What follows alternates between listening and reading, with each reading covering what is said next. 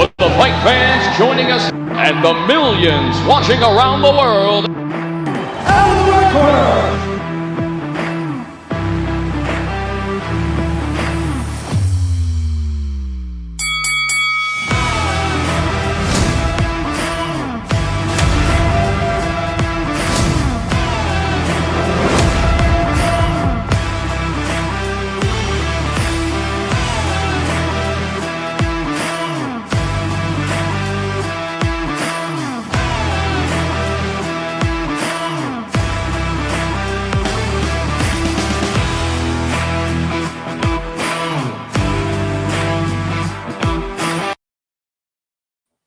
Yes, ladies and gents, welcome back to In the Red Korner podcast with me, Ross. Hope everyone's well. Tonight, I'm excited to have on with me Tyler Goodjohn, fighting in BKFC 42 over in the States against Tony Loco Soto. That's Friday night. That's happening on. You can download the BKFC app and get everything that and watch it on there. Yeah, like I say, I'm excited. I can hardly get my words out. Here he is. I'll bring him in now. The one and only El Tornado, the UK Viking, Tyler Goodjohn. How are you doing, mate? Are you well? I'm doing very well, thank you. Yeah, very well. Another day in paradise here in Miami. Yeah, following on Instagram and things, that Miami life looks unbelievable. Always walking down the beach and just sun's always shining. It's pissed down here all day. Mate, no, I can't be having that. Nah, so yeah, it's been beautiful. I mean, when it does rain here, it rains. I've never ever seen rain like it, but within about an hour, it's back, sun shining, so I can't complain. No, unbelievable, mate. So, how are things going? How has camp been? Yeah, I mean, camp's been hard. It's been tough. It's been brilliant, boy. You know, it's I mean, I was scheduled to fight on the Del Rey card about, 5-6 weeks ago now. So I pretty much put a whole camp in for that, really. And then for whatever reason, I didn't fight. And then the show itself actually got cancelled. I was obviously disappointed because I'd put a camp in and I was feeling good. So, you know, I was sort of thinking, look, who can I fight? And I messaged BKFC and just said, look, you know, what's going on with this Tony Soto fight? And then next thing I know, we're headlining in South Carolina. So, yeah, perfect. Unbelievable. You've been making funny little videos of funny little photos of Tony Soto with a clown nose and clown hair and things. It's been funny to watch. Yeah, do you know what? I mean, he you know, me and Tony actually got on all right before this fight. You know, we'd sort of seen each other at shows and things like that. But sort of how he acts on social media, you know, putting up these memes and everything else. It was him who kicked it all off, to be fair. And then he was in my DMs, you know, being really nice to me. And it was just like, do you know what? You're a clout chaser. Like, at least be consistent. If you're going to take the piss out of me, take the piss out of me for real. Don't be trying to be friends with me in my DMs and all that kind of shit, because I don't like that at all. So, you know, for me, he's a clown. Do you know what I mean? Stop acting, putting this act on social media, and then not being that same person away from social media. So, yeah, he's got the title as Loco the Clown, phony Soto. He's going to get put away on Friday, you know? How do you see the fight going then? Do you see you finishing him by knockout, or are you one for giving predictions? I mean, I'm not really one for predictions, to be honest. I'm going to win, you know, whatever it takes. You know me, like I'm in there to the very end. You know, I expect him. You know, this is a massive, massive fight for him. For me, he's pretty much untested, really. I mean, he's had his first fight was probably his hardest fight. And then he's fought like 3 guys on the bounce who's debutant. So, you know, it's hard to really judge what level he's at, really, because like I say, I mean, he stopped his last 3 opponents, and that looks fabulous. Do you know what I mean? That looks great. Yeah. But if you're just fighting debutants, I mean, what is that? Do you know what I mean? You look at my last 3 fights. I've got, you know, 2 of them were on my own in America. One was against an MMA legend in Crazy Horse, and then I fought the pound for pound champ on my own, Lewis Palomino, and then I fought a 7-0 guy, James Lilly. You know, I'm not picking fights and things like that. So, you know, and people go, oh yeah, you lost and whatever. They're all very close fights. You know, and it shows my level. Like on another day, I could have won maybe. You know, it's just what it is. Bare knuckle. You know, especially the last fight, I had to come through my eye being shut in the first round. I had to come through a lot of adversity, and in the end, in my book, it could have gone either way. You know, I think a draw would have been a fairer on the scorecards, but you know, it didn't, and you know, here I am. But I'm a veteran, man. I'm a proper fighter. I'm not here to, like I say, pick my fights, pick guys with easy records, pick guys who haven't even had bare knuckle fights before. Nah, that's not me. Yeah, you don't shy away from taking on the best opponents available to you. Like you say, you've just listed, you know, Palomino, James Lilly there, you know, unbelievable fighters themselves. So I'm guessing training camp will be winding down for you now this week. Yeah, I've had a session this morning with my coach, and then I'm in this evening just to do a little bit, you know, tiny bits, but yeah, just more or less, you know, coming to an end now, and just, you know, getting energy levels back up. It has been a hard camp because it's pretty much been 2 back-to-back camps. I've got a lot of sparring in, a lot of conditioning, strength, all that kind of stuff. So yeah, it's just you know, I am feeling great. I'm feeling really good, to be fair. Like, you know, I don't know, it's a bit cliche, but you know, this camp has gone spot on, to be fair. You know, usually you have little niggly injuries and all that kind of stuff, but yeah, no, it's been good, and I'm just happy going into Friday, which is, you know, the most important thing. Yeah, absolutely. Having the strong mindset that you've got now, you know, overcoming what you've came and things like that. It's great to see in such a good place, and I think that's going to be, you know, really important going into a fight, having the mindset as well as the physical strength. Yeah, 1,000,000%. You know, it's like they say, a happy fighter is a dangerous fighter. You know, I'm not going to make excuses about my last fights with Lilly and Palomino. Obviously, you know, the Palomino fight, I did have to come over on my own with no training team or anything else. It was, you know, pretty incredible circumstances I was under. The James Lilly fight, you know, I was very fit going into that fight. Like I say, you know, it was just a matter of, this is the bare knuckle game, and the tide turned very early, you know, when my eye got closed. So just had to learn from my mistakes and move on, brush myself off, and go again. Yeah, I see you've been doing some hand conditioning as well. Mm-hmm. You were knocking the shit out of a piece of wood the other day. That's something that Lewis Palomino told me very early that I had to be doing, you know, like every day in the gym. The Japanese Makawari board, and as you can see, it's I'm quite proud of this this on my hand, to be fair, this callus on top of a callus on top of a callus. I mean, it has it's been open many a time, but it's finally just how I want it. So yeah, I'm quite pleased with that, to be fair. Yeah, good man. I mean, it's got to help, obviously. Is that Palomino do that himself as well? Does he? Yeah, he's the one who showed me to do it. You know, he swears by it. What it's meant to do is like the Japanese Makawari, it gives you like small fractures on your knuckles, which then calcify, make your knuckles harder. And not only that, it's just good for your mind. You're just whacking it. Like, you know, when I'm putting them hooks, I'm hitting it hard, and I'm thinking, You are. I don't, you know, this isn't bothering me. This, so yeah, no, it's good for the mind as well as your body, you know. Absolutely. So, I mean, unbelievable training over there with Palomino and his coaches and things like that. Have you settled into Miami?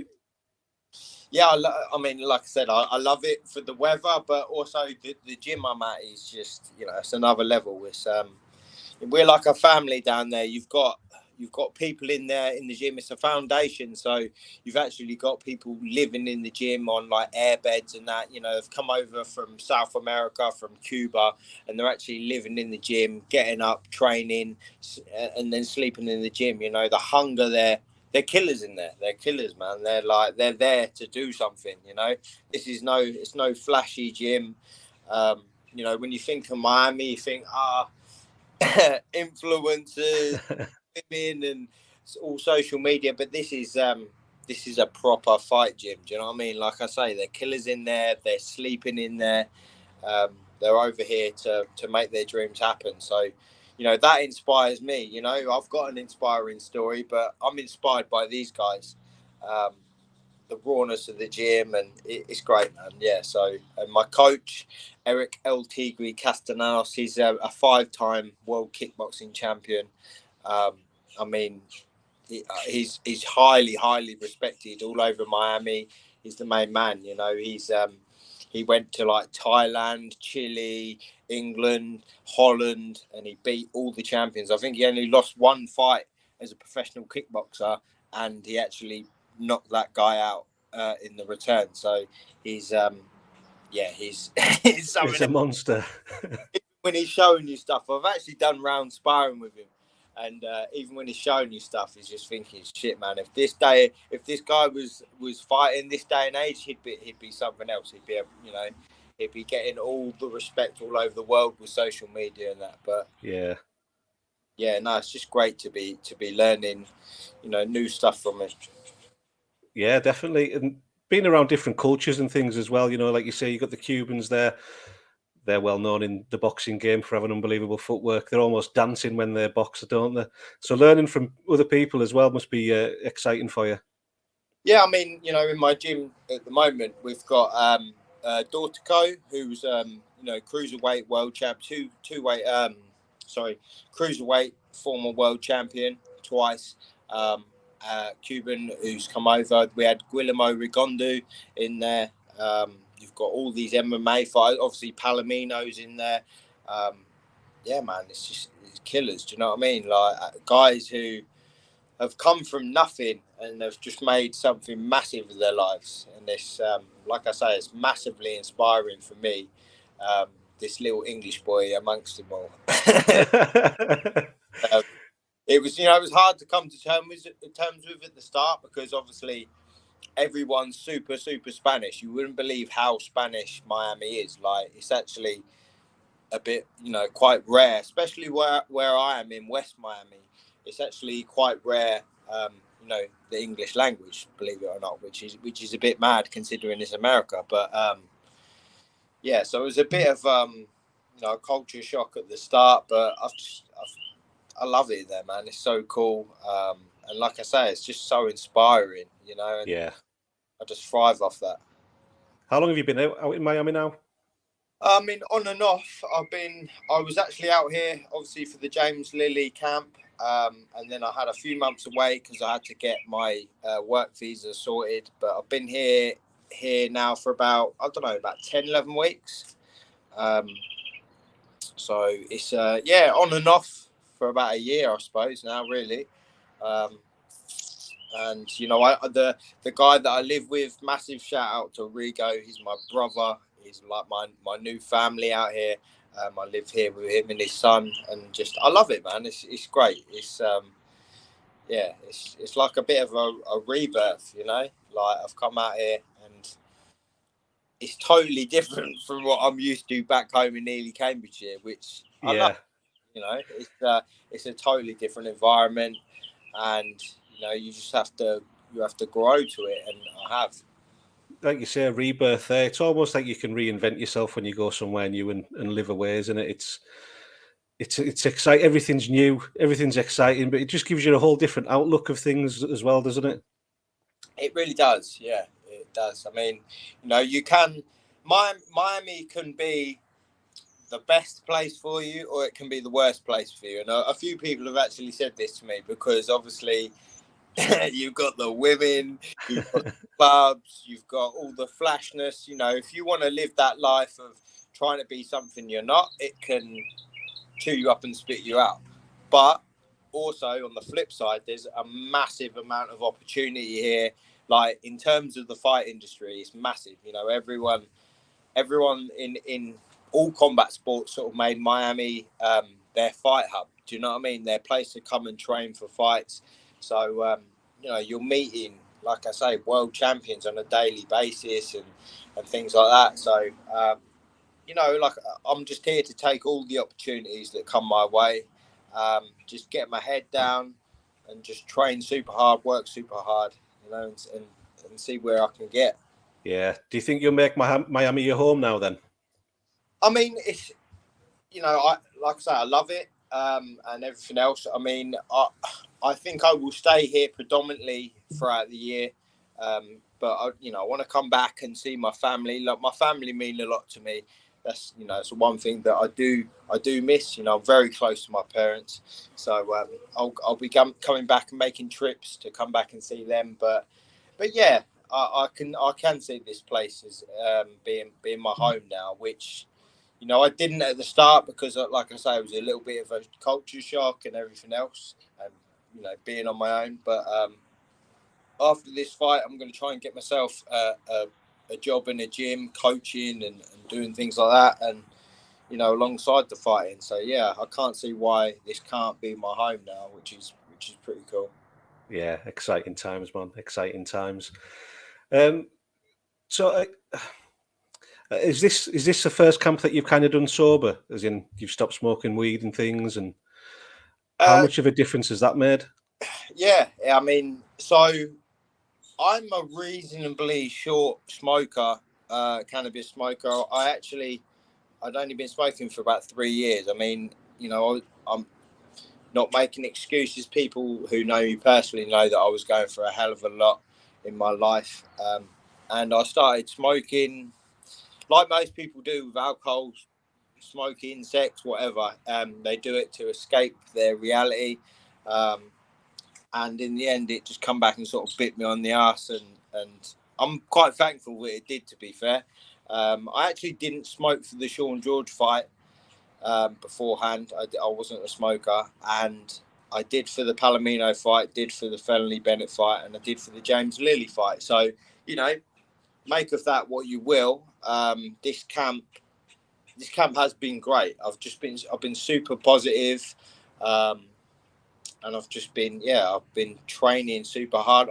Not that I didn't train hard when I was smoking, but I feel much better. I feel in a much better place mentally. I just feel like I'm thinking a lot sharper and things like that, really. But yeah, we'll see on Friday, won't we? Yeah, I've got to say, I mean, I've seen a few interviews of you on the Fuse with Lou, and, you know, speaking to you now, you seem, you know, in the best place I've ever seen you, to be honest. And this is just from an outsider looking in, obviously, but, you know, I'm really pleased for you, and I think Friday you're going to put on just one hell of a show.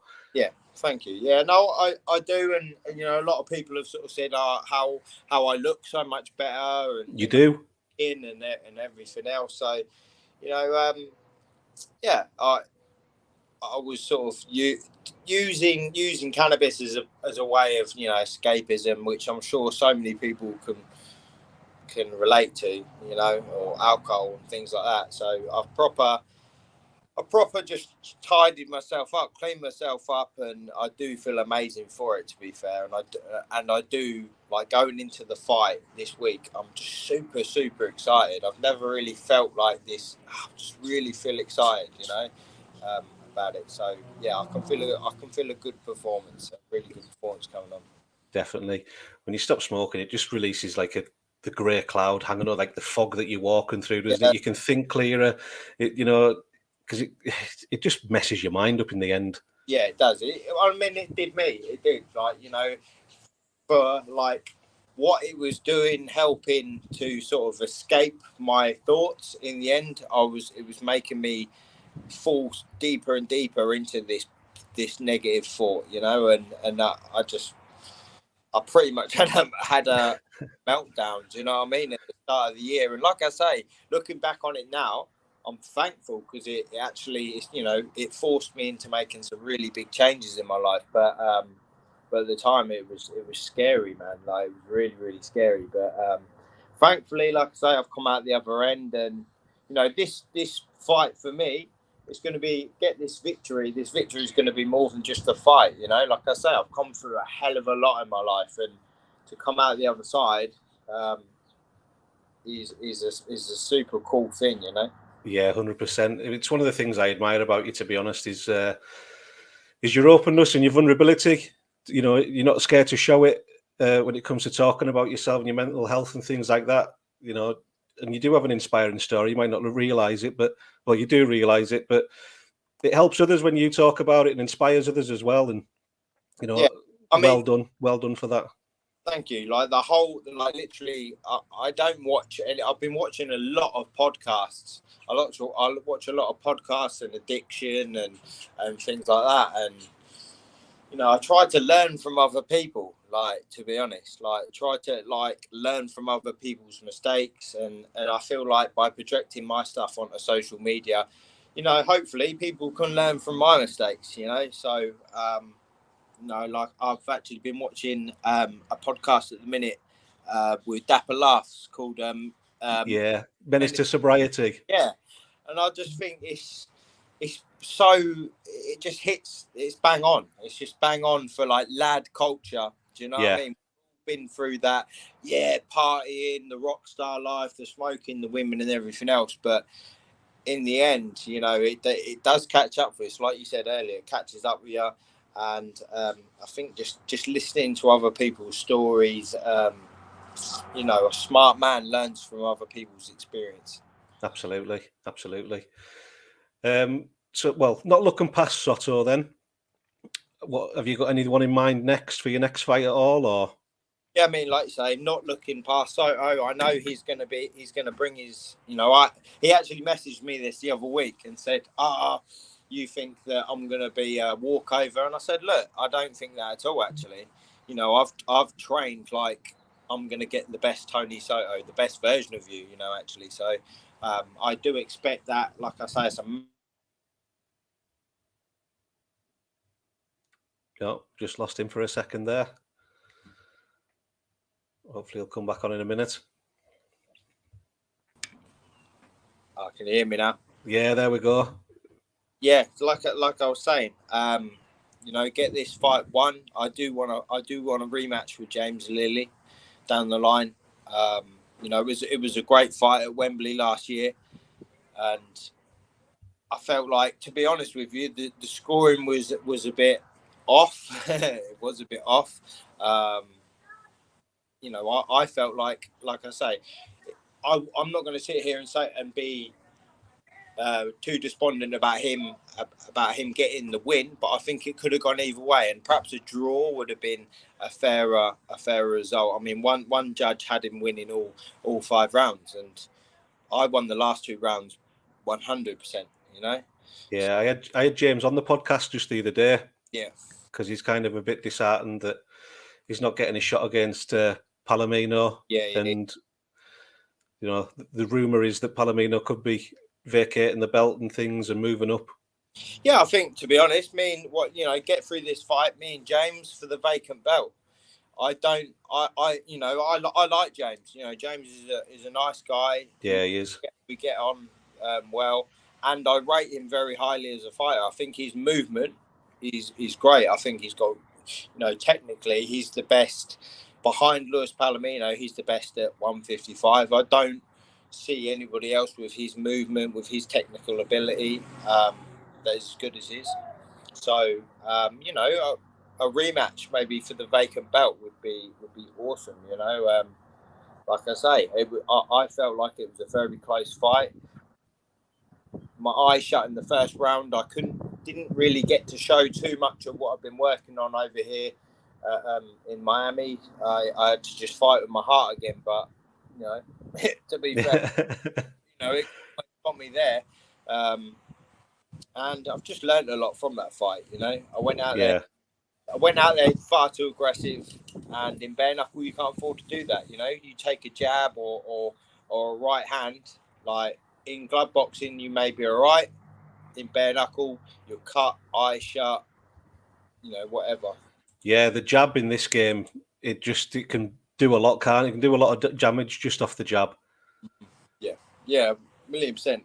Any shot, like, the jab. With the Sean George fight, I put Sean over with a jab. It's getting hit with anything in this game is pretty nasty. So, this is a new sport, and even though I call myself a bare knuckle veteran, I'm still learning as I go along as well, and I'm still making mistakes that I'm not gonna make in my next fight, and I'm sure everyone else in the game will feel the same as that.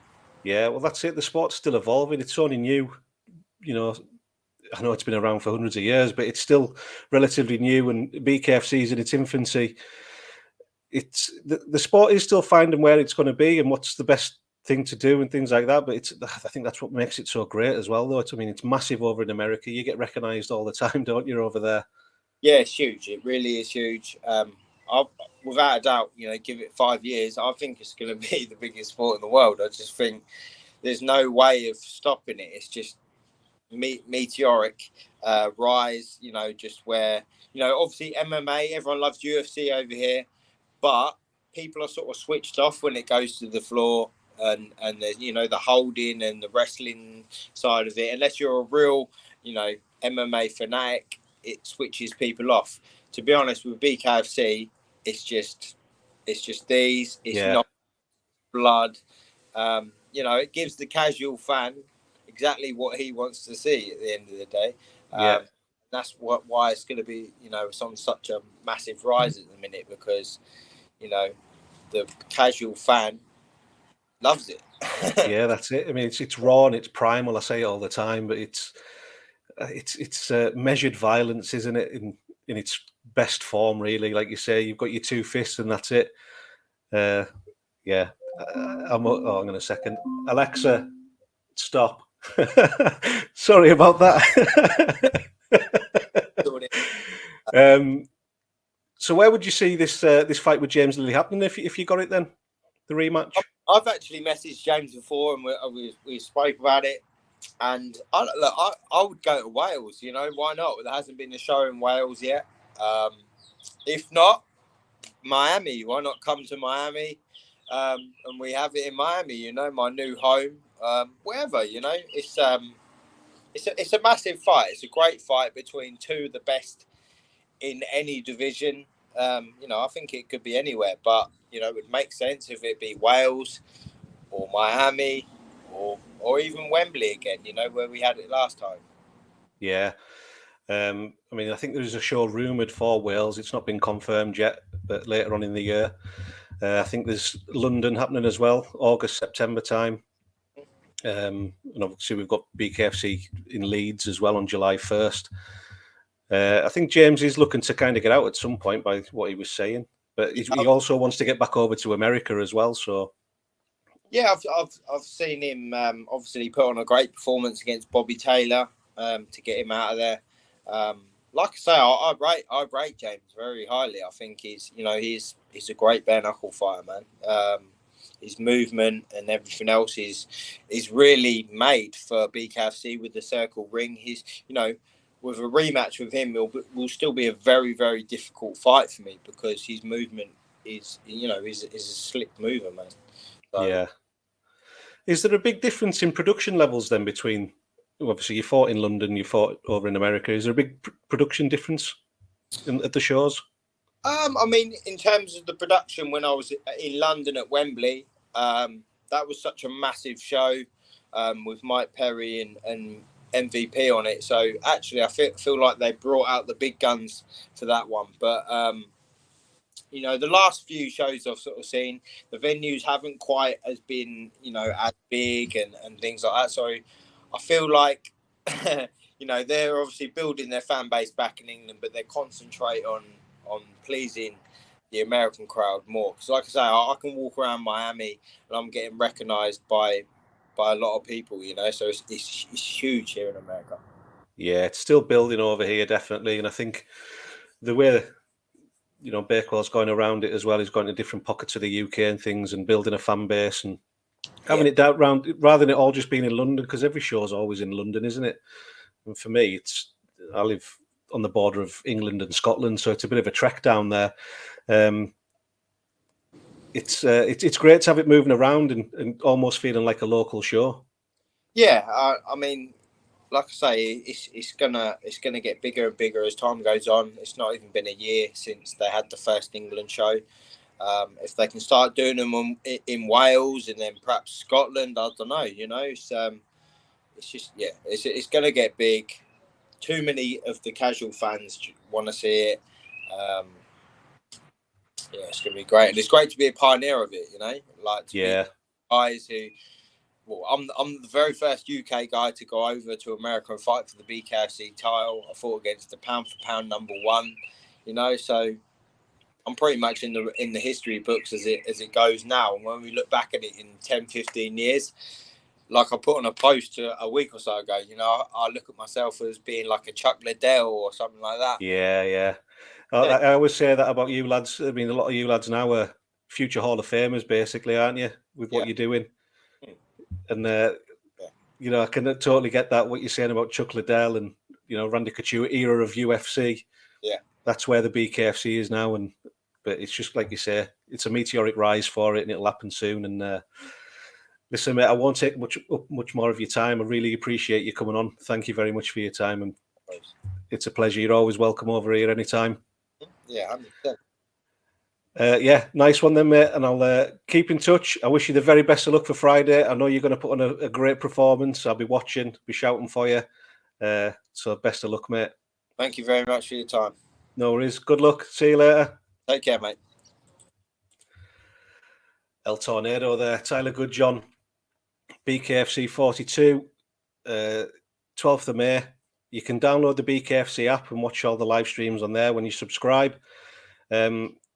Like and subscribe to this channel as well if you don't mind. That'd be great. That's it for this evening. I've got a couple more guests coming on next week. I'll be revealing them on Instagram, like I say. So go over to the Instagram, give that page a follow, and hope everyone's had a great bank holiday weekend. Thanks very much, everyone. Speak to you later. Oh, thanks to everyone that jumped in the comments as well. John, Dangerous, Darren, as always. Respect to you as well, Darren. Much appreciated. Yeah, speak to you later, everyone. See you later. For the fight fans joining us and the millions watching around the world. Out of the Red Korner.